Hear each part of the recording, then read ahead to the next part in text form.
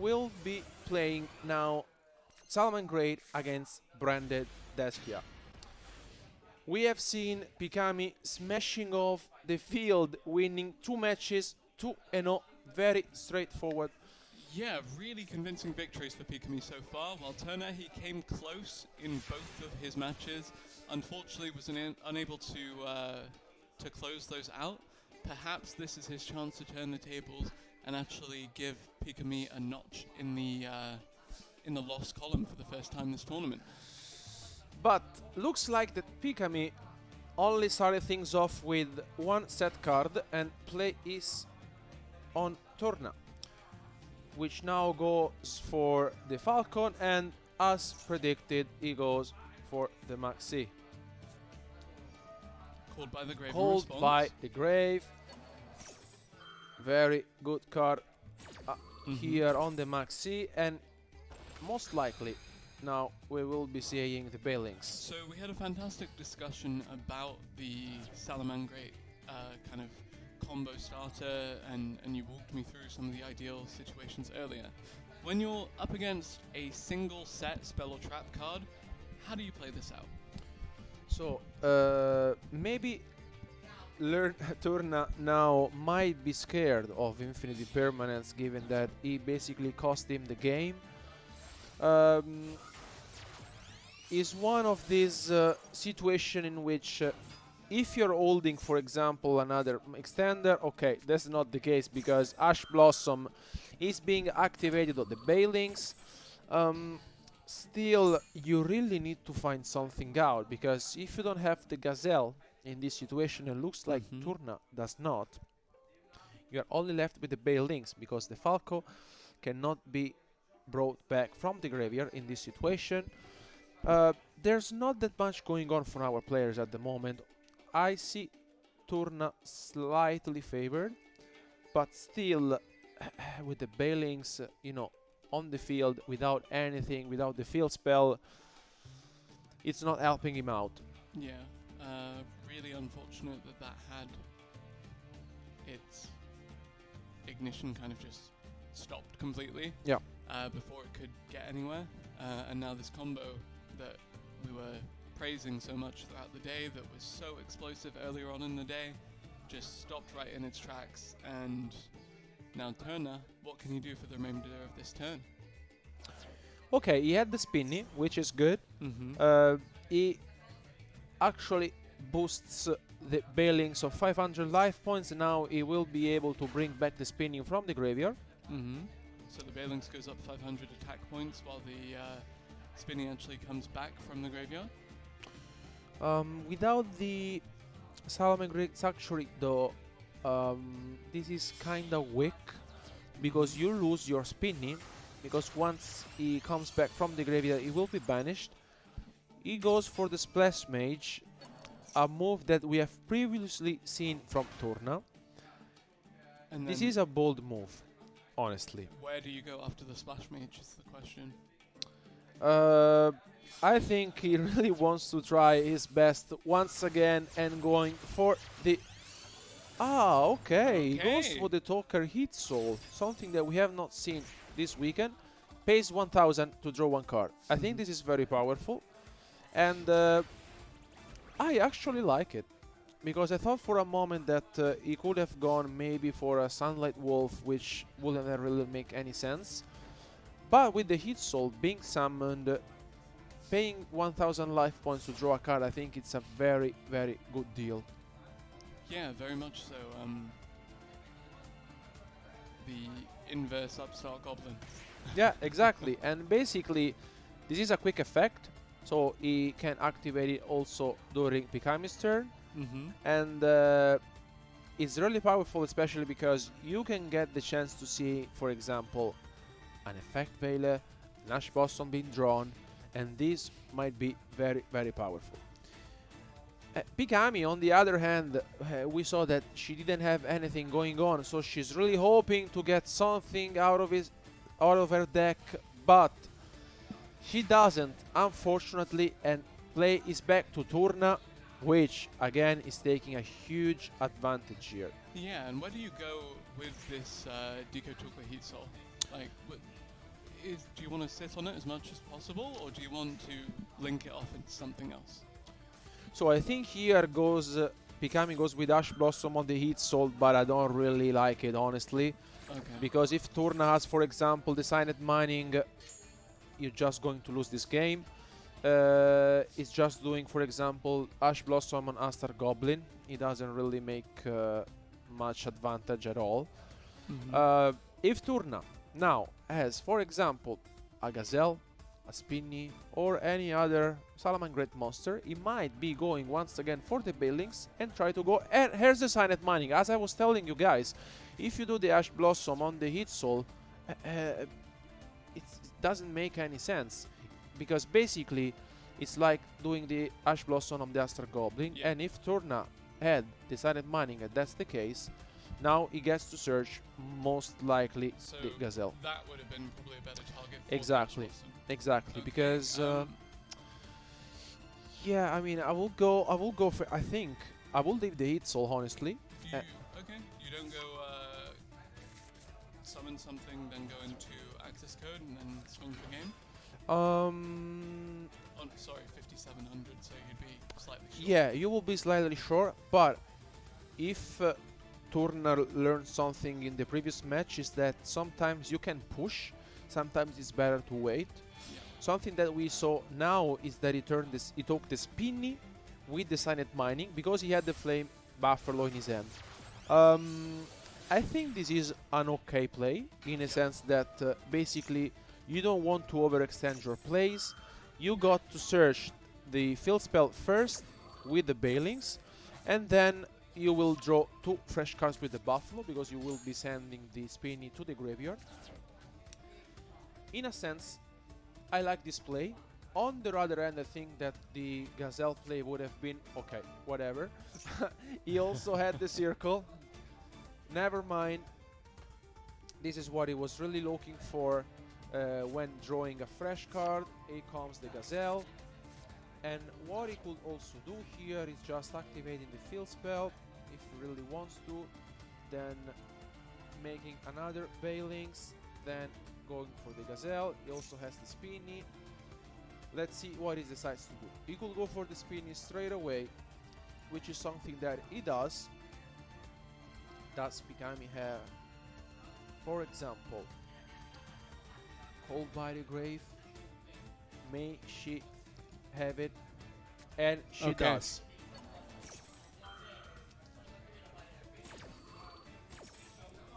She does have the Cold by the Grave being activating on Spinny, which I like, honestly, because at least you prevent the Spinning coming back. Now, the question for me is, where do we go from here as Turna? Because you have monsters, at least.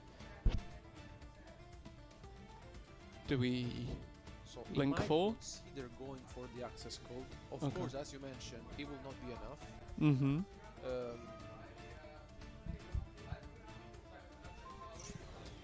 Let's see if in this situation now Turna looks like he's considering his options. He has the Gazelle in hand, and okay, he goes for the battle phase. Okay.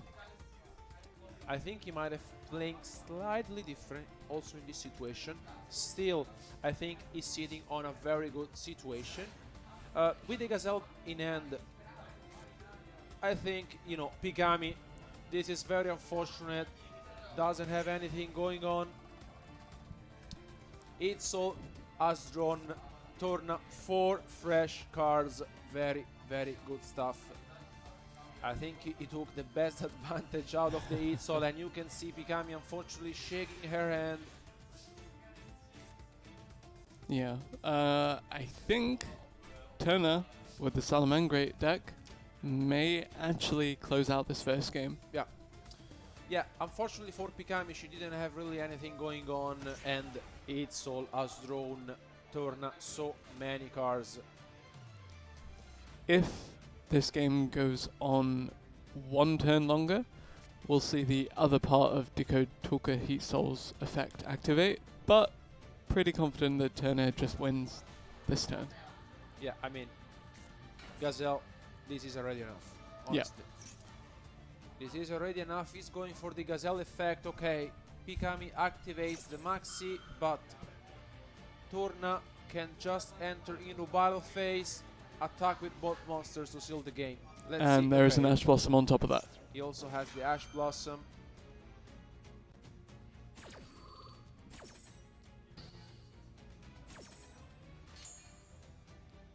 And that should be game. Yeah, I mean, he can just go battle phase attack and seal the game. Theoretically. He's not over until it's over, no? Exactly. He goes sending the Jaguar. Okay, he also continues with the Wheel. Another super powerful card from Salamangreat. But looks like Turna wants to continue. Okay, he brings back the Falco. Will he enter battle phase to seal this game?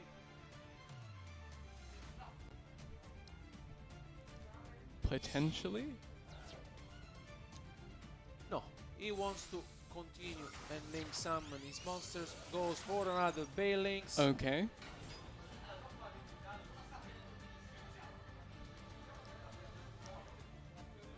And then that is surely game. 100%, honestly. Because 100%. now also he gets to activate the Falco that has been sent to the graveyard and sends back the Salamangreat Circle back. He wants to play safe, I guess. He goes for the Sunlight Wolf. Okay. Is this safe enough? Salamangreat Sanctuary being activated from Turna.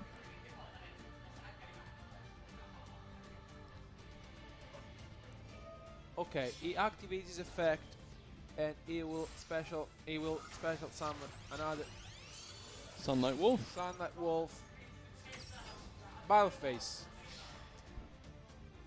Hit Leo. Looks like Pikami has seen enough for this game 1 and Turna seals this game 1 with this Sunlight Wolf.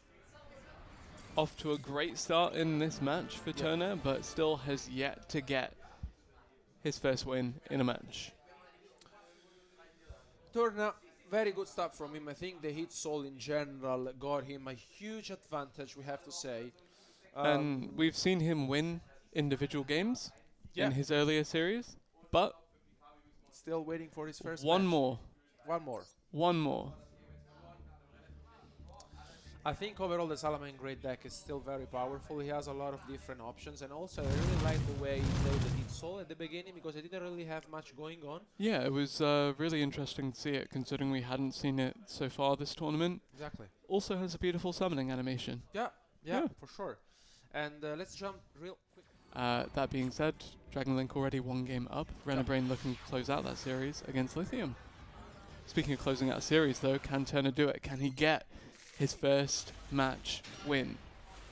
Let's see who will go first into this game 2. Looks like Pikami will start things off with Branded Fusion being activated, and this is very good stuff from her. Let's see if Turna has a Maxi. Looks like he doesn't. He gets to send the Albaz. Unfortunately for Turna, didn't have neither Ash Blossom or Maxi. And now Lubellion, the Searing Dragon. I think this is the start from the Branded Despia deck. Something that I really like to see.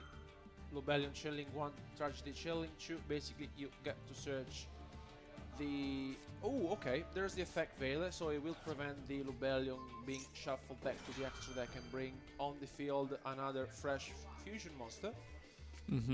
But still, there's Branded in red being chained to the effect Vela. Very good stuff from him, from Pikami here. Yeah, very, very intriguing to see how this continues to play out. Of course, Branded in red. And I think she will also be able now to resolve the Branded Red alongside with the Lobelion Yeah. and having a very big advantage. Tell me a bit more about what that means for Turna, though. Like, what will he have to face down from Pikami now? What will she get from the extra deck?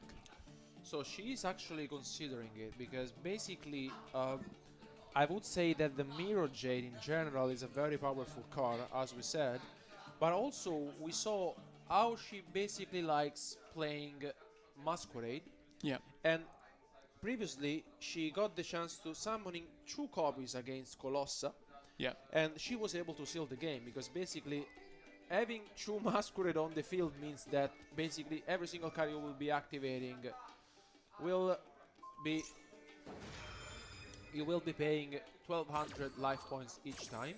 Yep. Okay, he goes with the Infinite Impermanence being chained to Branded in Red. Let's see. See, the issue I now have as Turner is that he's not had his turn yet, but he's already down to 3 cards in hand. And despite negating a couple of things on the side of Pikami, she's still very happy with what she's ended up with here. For Masquerade, sure. the Blazing Dragon, a couple of other things.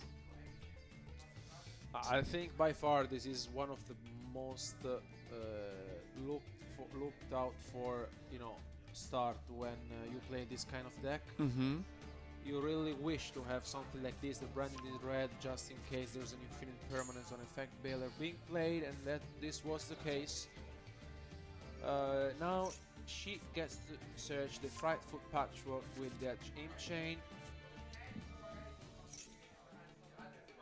I mean, of course, Turna had both the Effect Baler and the Infinite Permanence doing something, but still, look at Pikami's hand. She has so many things going on, and also the Masquerade being summoned on the field will make the difference. Now, also the Aluber. Yeah, Aluber, the Jester of Despia, now making an appearance again. Between that and the Masquerade, the Blazing Dragon, it's a really, really difficult time for Turner, as he will hopefully look to get his Salamangreat combo started fairly shortly.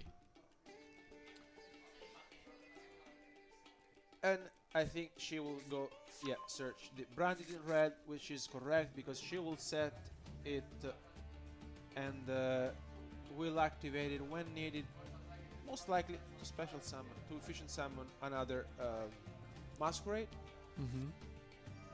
She goes for the polymerization, and from my understanding, she might be considering going for another Masquerade if she really wants to.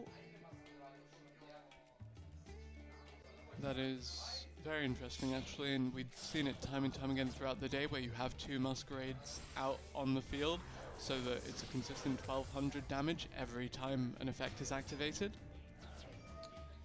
And very impressive stuff from her, which indeed has double copies of Masquerade and the Dramaturge on the field. I'm just thinking, okay, if we get Tico Tulka Heatsoul out again, if you want to draw a card, that's 2200 points of damage. Yeah, Yeah. it's true.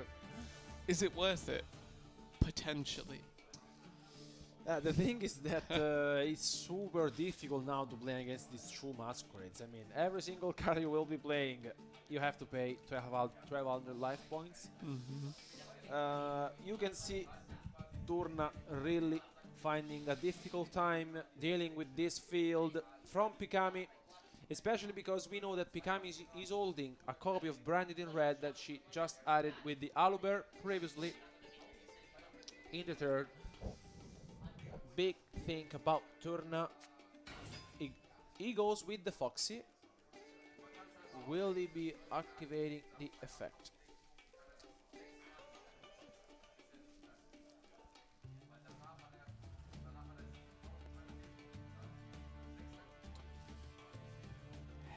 You can tell Turna is considering it because if he goes to activate his effect, then first life points will be dealt to him. Yeah. So where do we go from here with the Foxy? Okay, but I think the Branded Red being activating means that Turna didn't activate Fox's effect. Okay. So this is his normal summon. And in my opinion, Pikami would really like to go for the Mirror Jade. Yeah, she gets rid of one of the two Masquerades. And she will use the Folding of Albas to fusion summon the Yep. Mirror Jade.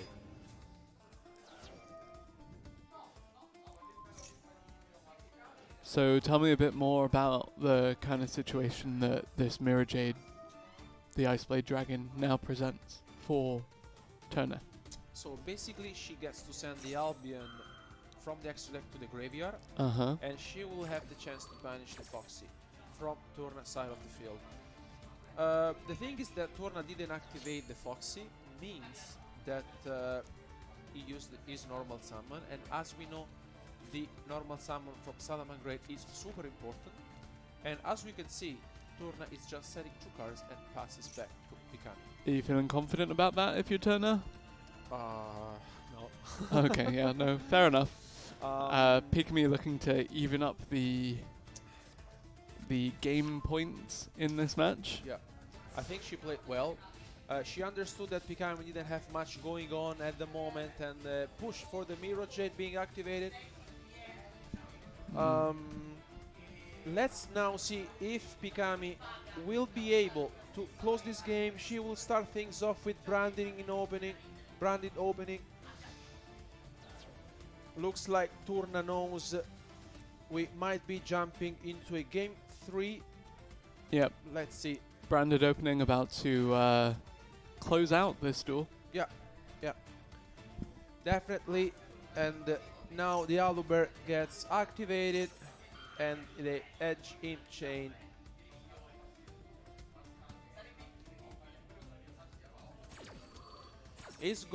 She is going to resolve her cards, and she has already on the field 8,500 damage. So she might go into battle phase attack, and then if Turna has any response, she might be chaining the branded in red to her attack. She goes for the branded fusion. Branded Fusion now on the field. Will be really intriguing to see what ends up coming out of the extra deck now. Yeah. What are you thinking that Pikami grabs with that?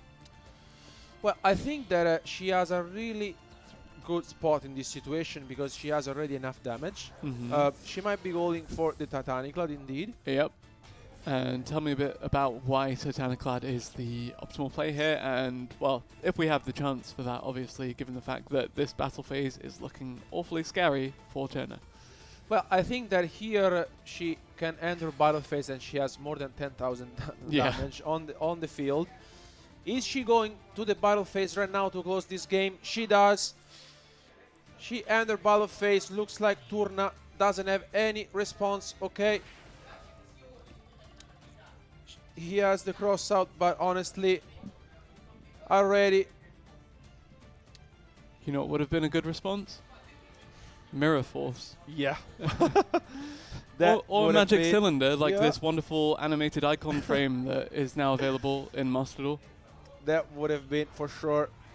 And Ranebrain wins his match against Lithium. Dragon Link got the chance to win his first match. And we come back just to see Pikami put the finishing touches on this duel against Turna, evening up their game score and pushing us into a game 3. Very well played by Pikami. I think she played her cards very well. I have to say that when Turna normal summoned the Salamangreat Foxy, she understood that he didn't have much going on. Yeah. Turna started the game with Effect Veiler and Infinite Impermanence. But I think she was very smart because basically she said if he is normal summoning the Foxy and he's not activating the effect, it means that he doesn't have that much going on. So she prevented anything else, and basically this was very powerful because she was able to seal the game. But looks like that apparently Lithium was able to win game 2. Hasn't got out any other monster quite yet. Granted, duel only just started. Can't really say that Ranebrain's in too much trouble as of yet. Yeah. Game 3. And Pikami starting things off with Flat Foot Patchwork, getting with polymerization and edge imp chain, branded fusion as well. Wow, what a start. Once again for Pikami, very good stuff, showing up how powerful the branded Despia deck is. Yep. And we said it at the beginning of our matches today, that branded Despia is for sure the deck that needs to be beaten. And Turna does not look too impressed with how this is playing out now. Yeah, you can tell from his body that he doesn't really feel confident at all, because he knows that what is come will most likely be Masquerade being summoned.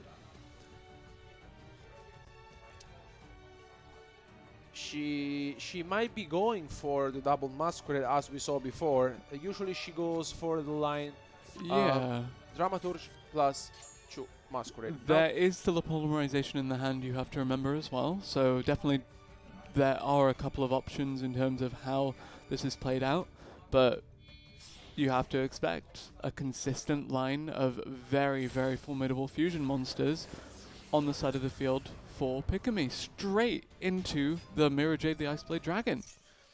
I really like this, honestly. She goes for the best fusion monsters of the deck, I have to say. It is super difficult to play against, especially for a deck such as Salamangreat. And why is that specifically? Because as we got the chance to seeing before in Game 2, Salamangreat really relies a lot of his normal summon.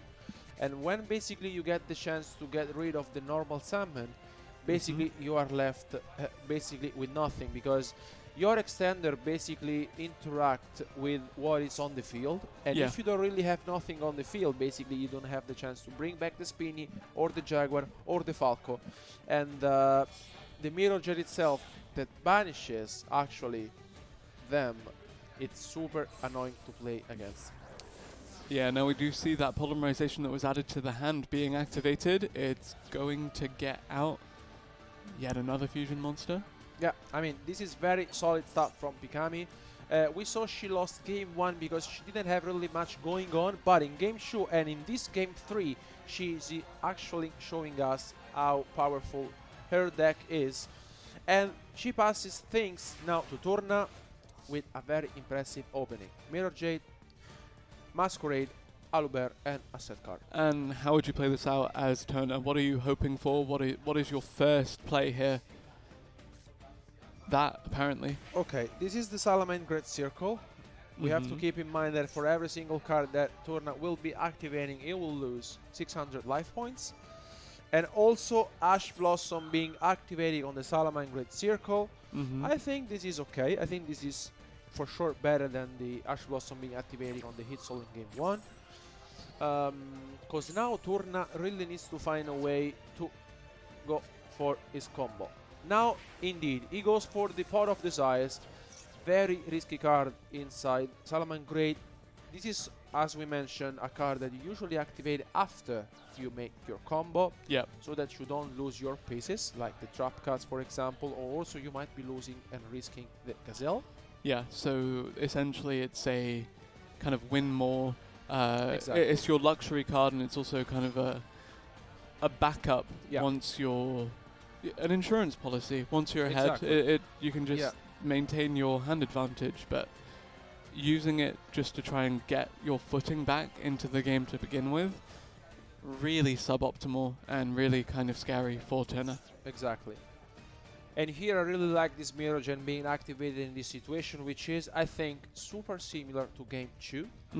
So basically the Mirror Gen will be get rid of the Salamangreat Foxy, and Turna, of course, must not be happy with this. Indeed, he's shaking his head. There's not much else going on apparently. Sets one card and maybe play will be back to Pikami. Another set card for Turna. And he ends his turn. As we said, Mirror Jade super powerful against Salamangreat because he relies on his normal summons, and unfortunately for Turna there was the Ash Blossom as well on the Salamangreat Circle. Getting some deja vu to the previous game, where we literally just had a field full of really scary fusion monsters facing down 2 face-down spell traps from the Salamangreat deck. And very good stuff, I have to say, from Pikami, which I think the deck she's piloting, she knows it very well. She knows the combos, she knows when to activate her cards. Another Frightful Patchwork being activated, and here Turna might be holding, I think, Infinite Impermanence, although I have to say, if he's holding a copy of Infinite Impermanence, I would have set it anyways in the same column of Pikami's set card, just to prevent the activation in case there will be one.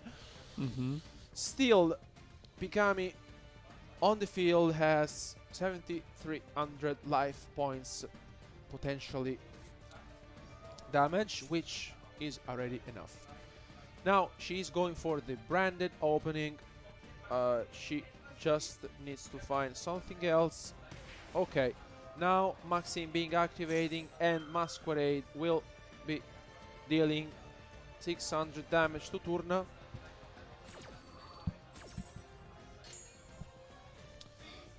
I think Turna is in a very difficult spot. Yeah, for sure. This is really difficult situation to get out of. Facing down 2 of the scariest extra deck monsters in the game right now. And the combos continue. Yeah. That's the issue that Pikami is now presenting Turna with, is it doesn't seem like there's any real end in sight. Yeah, and I also think that here Pikami is activating also the polymerization just to be sure to seal the game. Again, she has enough damage on the field with the Mirror Jade Aluber and the Masquerade. She goes for another fusion summon, another Masquerade. Another 1,200 points of damage every time Turna wants to try to make an attempt at a response. Yeah. And she also activates the Dramaturge in the graveyard. Turna might be holding maybe a Cold by the Grave. I think that might be the case. Let's see if he's holding one or not. She also has exactly 11,000 now. Yeah. 11,000 points of damage on the field. If there is the potential for all of these monsters to attack directly, which it looks like there very well might be. Cross-out Designator maybe, or something like that. Oh. Yeah, Turna activates the Salamangreat Circle. It doesn't really change much.